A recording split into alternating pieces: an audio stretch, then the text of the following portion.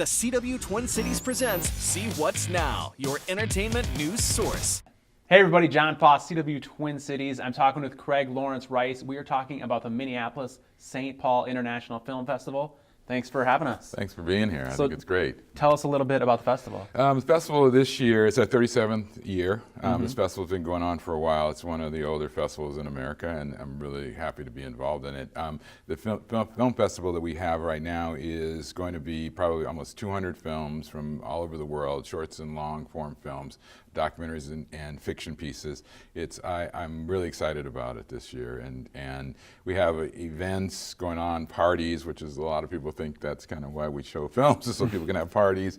But that's why I'm here. Yeah, right. And then we have panels that are basically there to sort of, I think, to enlighten people about filmmaking, to educate to a certain extent, and to get people more engaged in the process. I believe that cinema is an art form, and there's also a literacy to film watching and film going and film understanding that I think that we try to help to encourage people to get to. We also now have this year as our second year of really doing what we call the Next Wave, which is a group of young people from Minnesota Art Institute, select films by other young filmmakers in the same age group to show in the festival, so they kind of run their own little mini festival inside of our festival. So you're going to see young people's films judged by young people, selected by young people.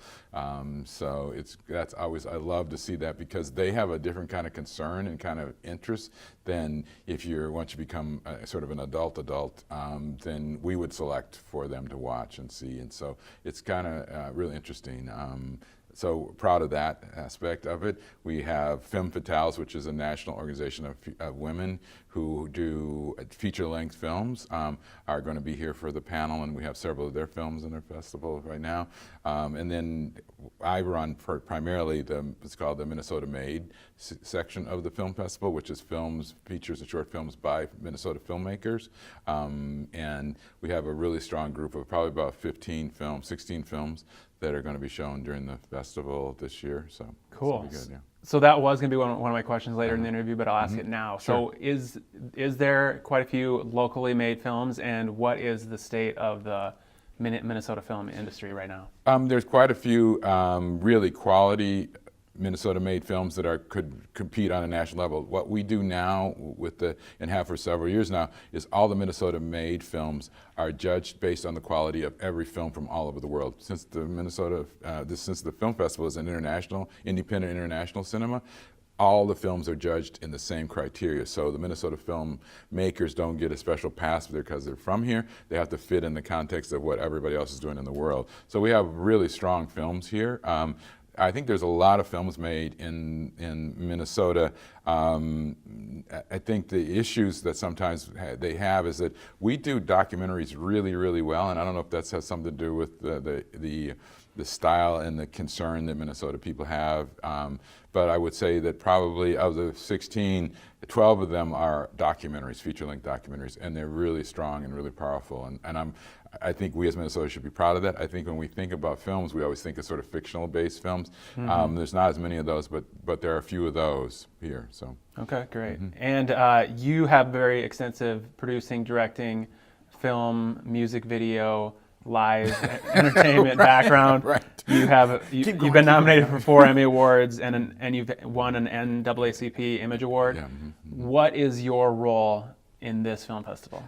My role in the film festival, I came in here almost 6 years ago now, was to sort of help to build up and enhance this Minnesota-made aspect of the festival, and which I think we've done. I also created the Next Wave part of the festival, and I also work as a programmer during the regular year for the Capri Theater, which now is open, and we show film at the first Thursday of every month. So really programming and helping in the festival programming, but the year-round programming.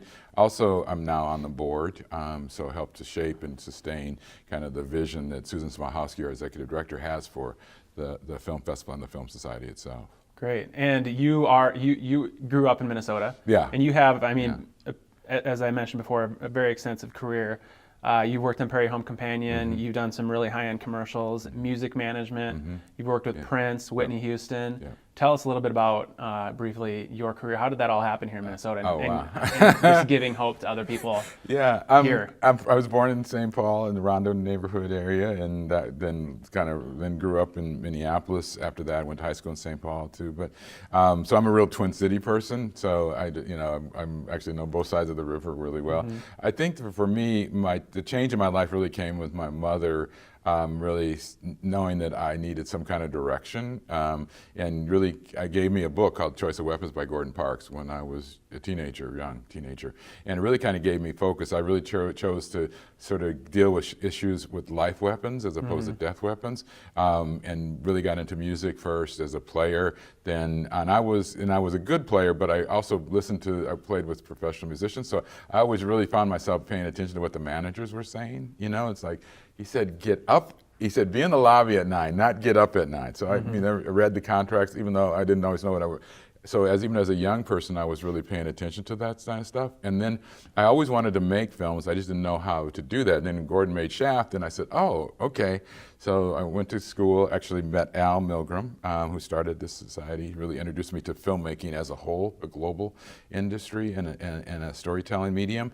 And went to the U, I went to the U, and then went to MCAD, Minneapolis College of Art and Design, MCTC, and then I got a scholarship to go to USC Cinema School, and graduated from there. There, my first job, really professional production job, was working with Pink Floyd on the Wall Tour. Cool. They were looking for people who had music and film backgrounds, and so I got in. I got involved in just the staging of that. So that was from September to January, just doing that. So I learned the production of a music show, of a concert show, and then moved to New York. Got into doing new dramas for television for the Eugene O'Neill Theater Center. Did 13, 14 of those, and then got a call to do Purple Rain as assistant director. And then came back here, worked for him for a number of years, in and out of management. For Prince, yeah. Cool. And then managed groups in there, managed Maserati, and then got into with Terry and Jimmy at that time, and managed Alexander O'Neill, and then managed Chico DeBarge and a bunch of people.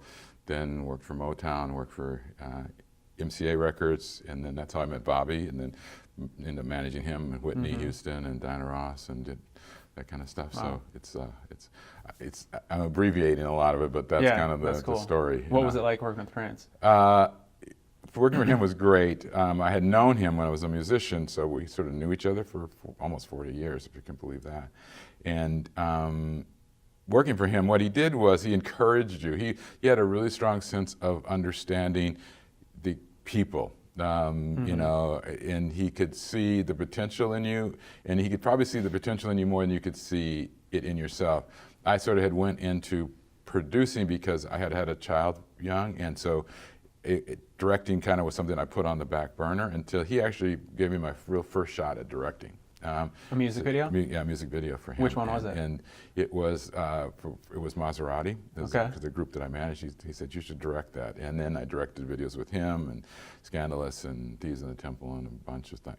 Well, we made so many movies out there, the films that nobody ever saw to this day. And but he really kind of encouraged me in that area. Did you direct some Prince's videos? Oh yeah, Scandalous was his. Thieves in the Temple. I did. We did a lot of work out there, so some stuff never got released. We did one called Electric Chair, which is in the vault. It's somewhere.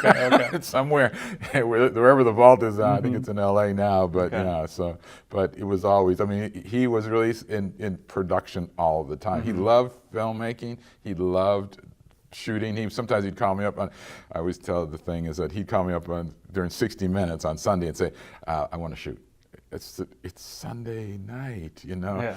I got so good at it that I had a refrigerator at the warehouse at Paisley Park that had film in it. I had crews already kind of standing by. We had lights already. It's just because he used to do that, and it's like, how do you get that stuff together on a Saturday or Sunday night? But yeah, we used to shoot a lot, and everybody that worked for him knows that people bought houses based on just shooting for Prince, even things that never were released. So. Well, there's a great story Kevin Smith, the director, told where Prince asked him to shoot a documentary about him, and like gave him no direction, and had him shoot it, and then afterwards he's like, now what do I do with it? And he's like, I don't know. Yeah. And it never got released. Yeah, no, it's never there because we were. I did a doc on him that we were shooting all over the world. We were shooting in Japan, and Freddie's in the camera and said, "Does he know we're doing this?" Because he was just good. like he would just like walk away, and was like, "It's just." He just loved the process, and he edited one of the videos that I directed because he decided he wanted to be an editor, and so it was Ingrid Chavez's video, and he is really good as an editor because I think it's the rhythms and stuff. What did he edit with? He edited at the time it was an Avid's machine that he edited with, but it was interesting to watch him. That he was really good at it because again it was he just had that rhythm and feeling, and which is artistic, really good, artistic, mind. right. So yeah. So after you've done all of this, you've had all of this experience. You started in Minnesota, had all of this experience. How do you end up back with the film festival? It was Susan Smahowski I had known for a while.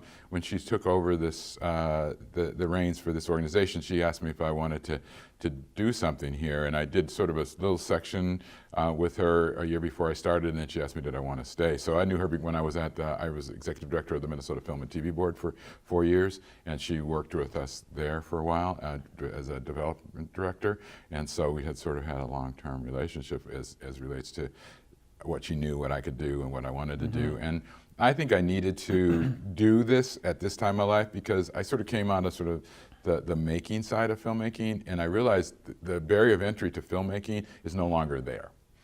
You've got an iPhone, you can do that. You get a computer, you can shoot, cut. I'm right editing there. this interview. Yeah, right, exactly. While we're sitting here, right. That's how fast.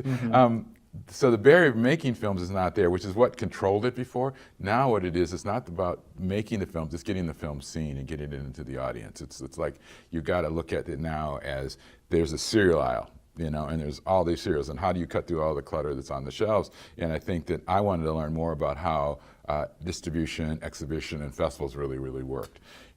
Before I had been in festivals, but I never paid any attention to it. Just like, okay, they're showing your film, that's great.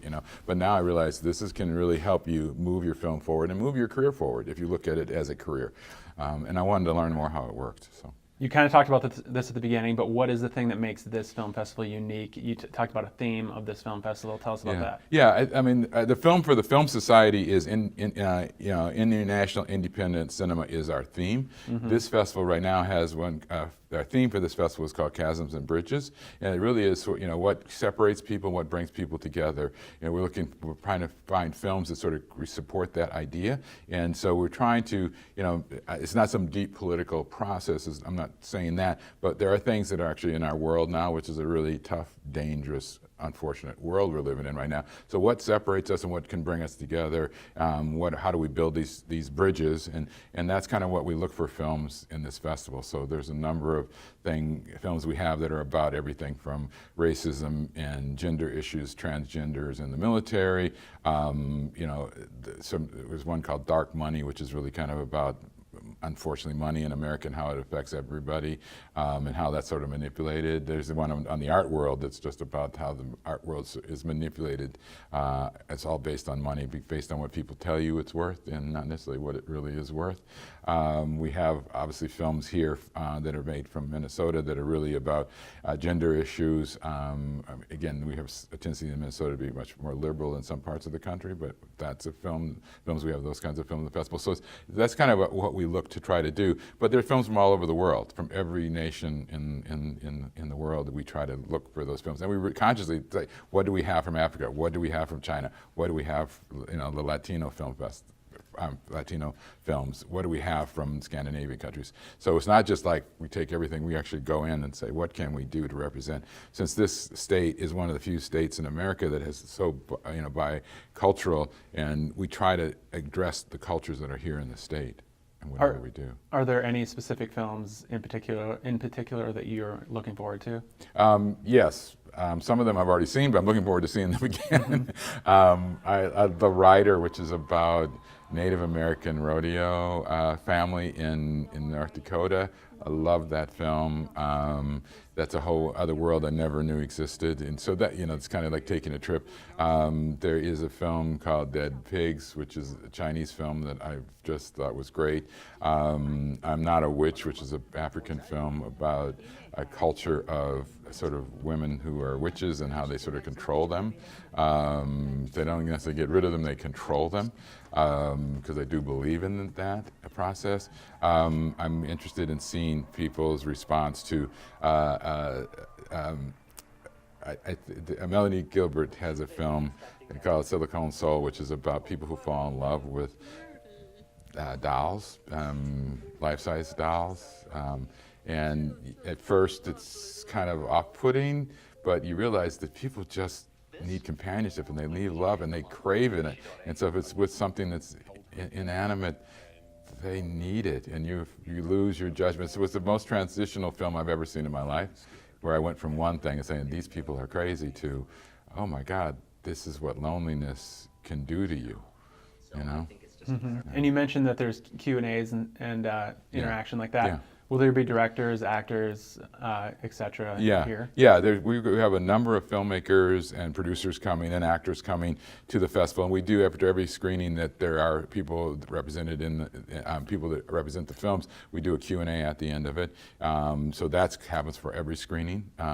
And then when there are panels, like we'll do what I call the duets, which is two filmmakers with films in the festival from different cultures will come together and talk about their filmmaking experience and their ideas and philosophies about films. We do a couple of those. Mm-hmm. We'll have legal panels talking about, again, going to how what to look for and how to make films or make them more successful. We're doing what we call the Minnesota Cinematic Awards, which is a filmmaker who's from here. Last year we did Sarah Pillsbury. This year we're doing Peter Markle, who did Personals, which was one of the first sort of independent films, not just in this country actually, but he shot it here. He's been in LA for 30-some years, and he's coming back here with his latest kind of independent film. He decided to go back old school and do something like he did his first movie with no budget and just doing it. So, cool.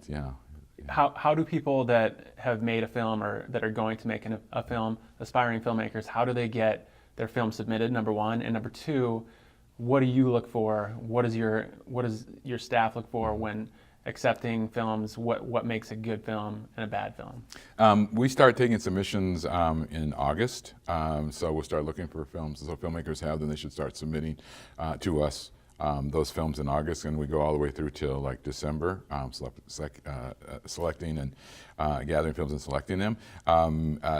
Jesse Bishop, who's our head programmer, and the rest of the programming staff get together and sort of set a criteria for what we're trying to do in the next festival.